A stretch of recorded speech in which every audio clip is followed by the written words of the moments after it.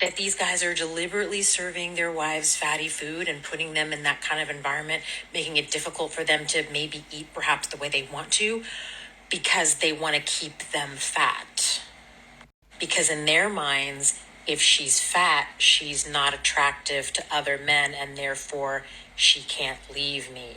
That's exactly what they're doing. My ex admitted to it. Okay, so just for context, go watch my mutuals video and then the one she stitched. Both of those are mutuals of mine, and they're both great videos. And it's basically trying to, understand why a lot of women in some of these marriages are eating so much, eating at night. And this is what Teresa's talking about, is men, possibly these men are purposely feeding them food that's like not the healthiest in hopes that those women won't leave them. And I'm telling you, so one of the my father and my ex, the abusive one that I talk about on here a lot, they both did me a huge favor. Both of those men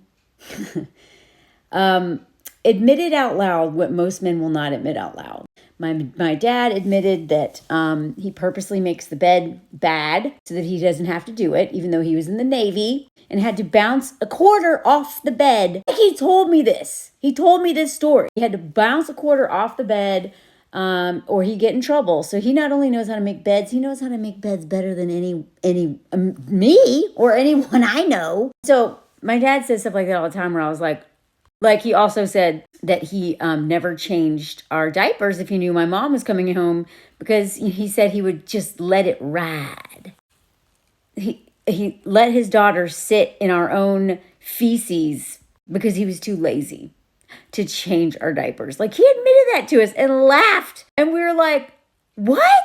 So at least two things I can think of that my ex, who was a complete sociopath, y'all. My dad was a clinically diagnosed narcissist, and I have no doubt that my ex was one as well. He just wasn't diagnosed because he never went to the doctor. Shocker. And just didn't care about anything. Didn't have a driver's license or social security card or literally anything. And he was literally like a hobo, like self-proclaimed hobo. 9 years, rode the rails, blah. So one of the things he said was that he didn't want me, he wished that I hadn't gotten an IUD. He literally said this out loud. I wish you hadn't got that IUD, because now I can't knock you up and you can just leave. I'm not kidding, y'all. Because then I said, I've told you this before, I was like, you can't trap me with a baby. I just abort that thing anyway. If you really want to trap me, you get a dog. And I was kidding. And he got me a dog that week, a puppy that I had to rehome. Okay, so these men are trapping you with babies. They're trapping us with babies because they want to be able to control us for the rest of their lives. Duh, not because they want to be parents or will literally do anything to parent them or support them in any way. But one of the other things that I forgot about until I saw that video is he literally said more than once, I'm going to fatten you up so no other man will want you. He was a cook. We worked at a pizza place in a little town in New Mexico. And I was the waitress. And, I was like bulimic, y'all, for like 15 years. I've had a lot of eating issues, body image issues for a really long time. I've been in recovery for a really, really long time now.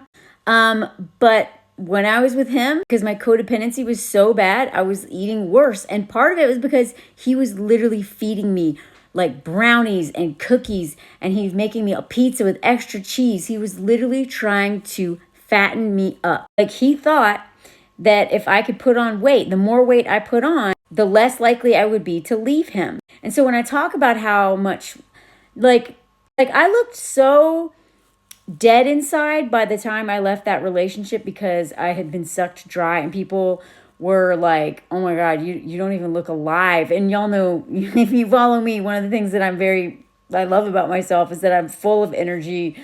My husband calls me a tornado rainbow. I'm just like, ah! I'm like, it's very hard to like, I have too much energy. By the time I left that man, I was just like, I literally felt like I had been sucked dry by a vampire. And so I looked different, like my skin looked different. I was breaking out in hives every time I was around him towards the end. I also developed a throat infection that I almost had to get my tonsils removed. And I also put on a lot of weight. Now, I'm not saying that there's anything wrong with putting on weight. Like, People gain weight, they drop weight, they gain weight. Like that's a normal thing. I hope I don't sound like fat phobic by saying any of this. What I'm saying is that he was literally feeding me as much sugar, as much fat, as many carbs as possible to make me gain weight. And because he knew that was one of my weak spots, was body image stuff. He knew I had a long history with eating disorders. And I had even told him how I had actually been in recovery when I met him. I was feeling good, I hadn't really cared about food in a long time. Thank God I didn't go back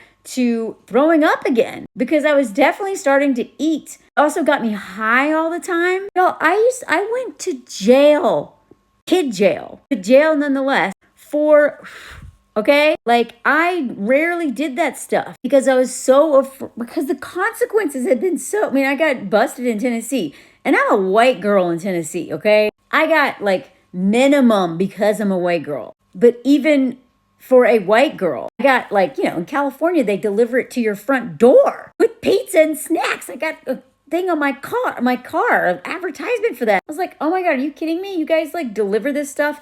And in my hometown, we go to jail for this still? Like what? Anyway, but the point is I didn't smoke. I didn't eat meat. I was vegetarian. Guess who made me eat elk soup? One of my lowest moments was sitting on the couch eating elk soup, which is disgusting that I didn't want to eat, but he'd done it for me, right? It was a gift. It was a special gift to me. He'd gone to all this trouble to make this elk soup for me, vegetarian, because it was so important to him. And by then, this is kind of towards the end, maybe 3/4 the way through our relationship, I was like, oh my God. He wore me down so that I tried to fight eating that soup. And it was so demoralizing, but I did it anyway because I just didn't want another fight. And I was eating that soup and I was high out of my mind because he'd also wanted me to smoke.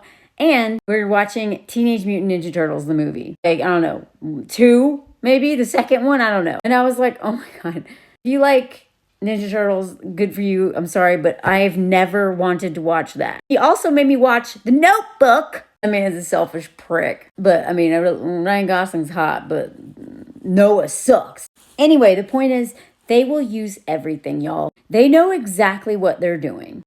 These men, there's so many of them, they want to trap you with anything they can, with babies, with food, with your health. They make you sick. They literally kill you slowly with through your nervous system. They suck the life out of you. They move into your homes like he did. He moved into my house while I was on vacation and I couldn't get this homosexual out. It literally, y'all, it's all intentional. I hate that it is, but it is. We have got to stop thinking that these things are coincidence and start thinking of these men as predators because most of them are.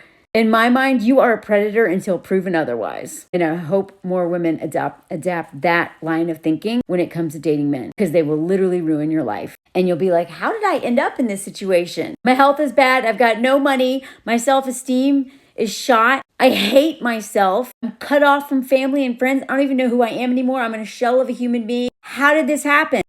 They did that to you, and they did it on purpose because that's what insecure, unhealed men do. And patriarchy gives them all the tools, a whole system to help them do it, and an internalized thing in us that makes us not even question it. Don't fall for it anymore, y'all. You deserve so much better.